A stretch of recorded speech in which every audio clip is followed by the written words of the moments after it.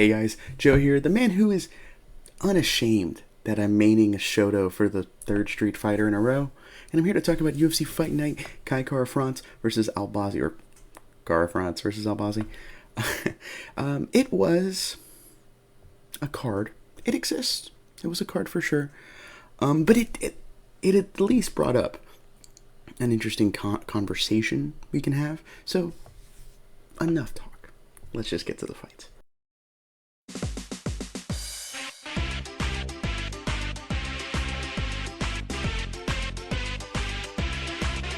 For main event, we actually had a flyweight in the main event. It was like a close competitive fight between Kai Kara-France and Amir Albazi. So after 5 rounds of Kai Kara-France having success on the feet, with Albazi having success on the ground, kind of similar to the Askarov fight with Kai Kara-France, but with Albazi having much more success on the ground. We went to the judge's decision, and Albazi was given a split decision win, and it caused some controversy because a lot of people, me included, I'll be honest, thought Kai Kara-France won the fight. And I've watched it twice. I watched it the first time. I was really distracted, honestly. So I rewatched it. And, you know, I can see Albazi winning the first 3 rounds.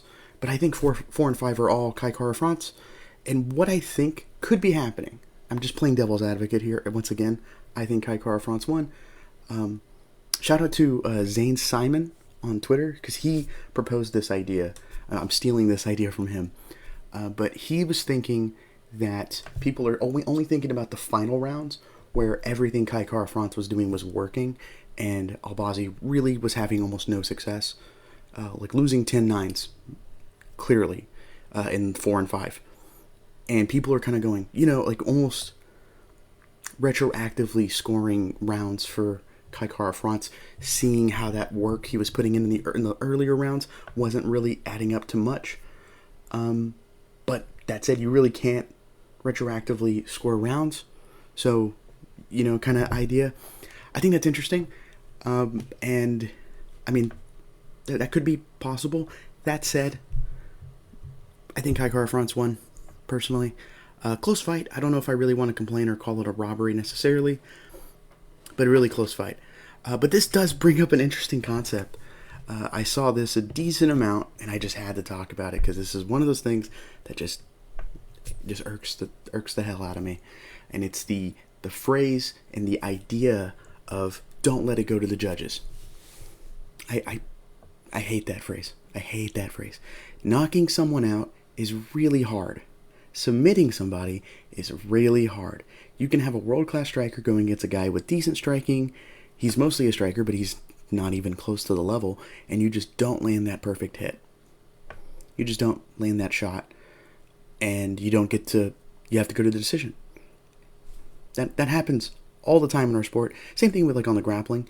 You know, you can have this Damian Maia, Charles Oliveira, Mackenzie Dern level grappler, and going against someone who isn't that great of a grappler, and when you get top position and you get, you know, a dominant position, sometimes you just can't get the submission. We saw that a couple weeks ago with Angela Hill and Mackenzie Dern. Angela Hill is a competent grappler, but not on the same level as Mackenzie Dern, obviously. Mackenzie Dern couldn't finish her on the ground.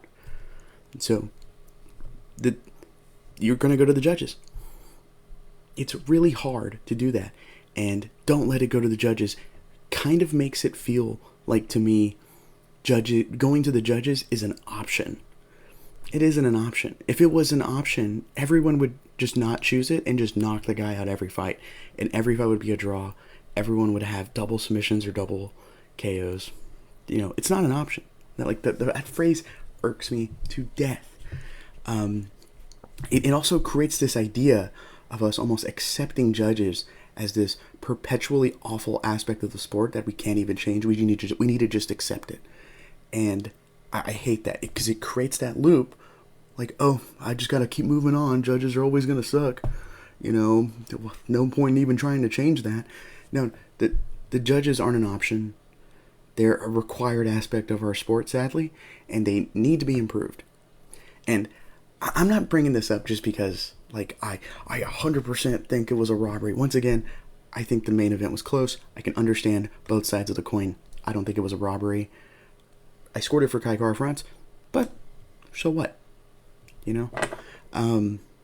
If in my living room, if I scored it for Albazi, I don't think any of those guys would have, when I was watching that, would have disagreed with me. But it's just mostly me seeing something on Twitter getting brought up, and I just had to talk about it. It hit that like nerve for me. You guys know, it's like that phrase. It's the same kind of wavelength for me. It's like that phrase: to be the champ, you have to beat the champ. AKA, you got to finish the champ if you really want to win a fight against a champion. Despise that phrase too. That phrase. Here's the real life history of that phrase. I think it was in the 90s, but it could be the 80s. That phrase was made up by boxing promoters to justify corruption in judges. So, let's say you're a boxer A and boxer B are fighting. Boxer A clearly lost the fight, never got knocked down, but he's just getting outboxed for all 12 rounds. The judges give it to boxer A. Boxer B is like, what happened? The promoter's going to tell boxer B, well, if you want to be the champ, you got to beat the champ. That was the whole idea of it. That was the reason it happened. That's the real life place where that phrase started. And that's the same idea, Dana created, this whole, don't leave it in the hands of the judges. Like he says, he coined that phrase. I'm sure he did. I remember hearing it on Tough first from him. So, whenever in reality, he probably could have campaigned a long time ago and got the judges like fixed and overhauled. With his influence and power in our sport, he definitely could have done it. But nope. Obviously he's spending so much time promoting fighters and paying them correctly, right? I just had to rant on that, Once again, think Kai Kara France won? Not upset with the judge's decision, really. I think it's close.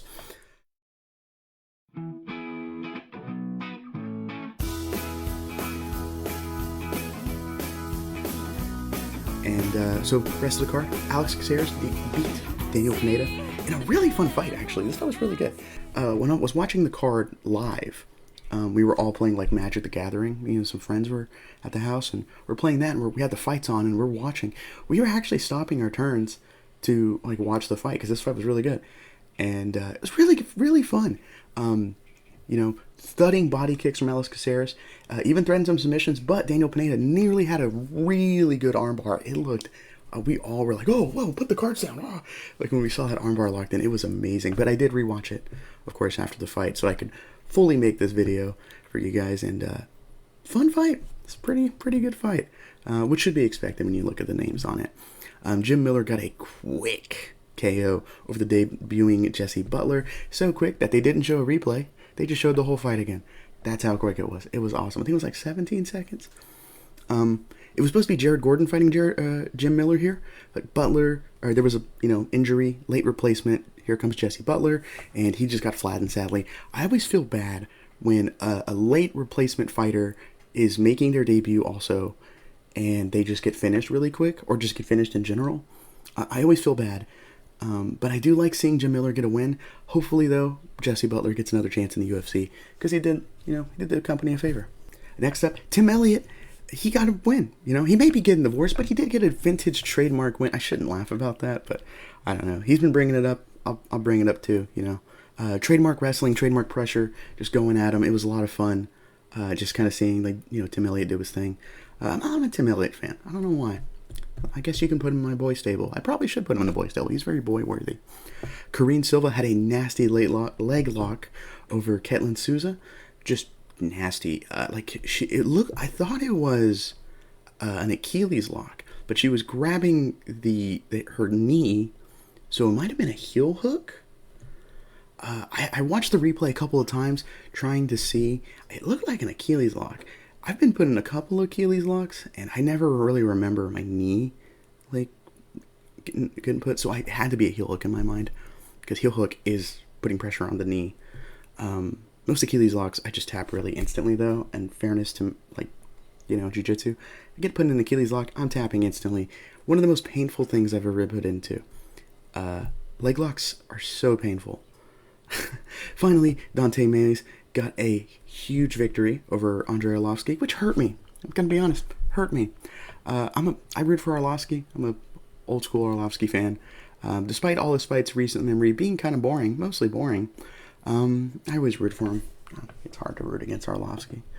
And finally, I wanted to get into another little rant here. Once again, experimenting. I ranted a little bit on this in the past, and me and Carl definitely ranted on it on the preview show. But does anyone get the feeling that the UFC has been kind of rough to watch lately? You know, these last couple of cards have not been great. And next week we have a pay-per-view that feels like a fight night if it wasn't for that co-main event. And even then it doesn't feel like it's worth the money. One fight is not worth $80, I think. It truly feels like the UFC's on autopilot now with their matchmaking and how they're putting cards out. And I understand there's a ton of fighters and you got to give them all fights. But they're just pumping out like all these Apex cards with a lot of Contender Series filler. It's just wearing me out, you know? Like, I'm not trying to crap on the UFC. I'm not trying to make this show, you know, or my recap show, the how much can I crap on the UFC? Like, I'm not trying to be that guy. I'm not trying to be like a UFC hater. Because obviously, they're the source of the content at least I work on for the most part. I don't cover like Bellator events. I cover like UFC stuff. And I'm not trying to crap on them. I'm not trying to bite the hand that feeds. But I would like my food to taste a little better. That's all I'm saying. There's a lot of times where I'll do a recap. And I'll say something in like my intro after I make my little weird reference I always do.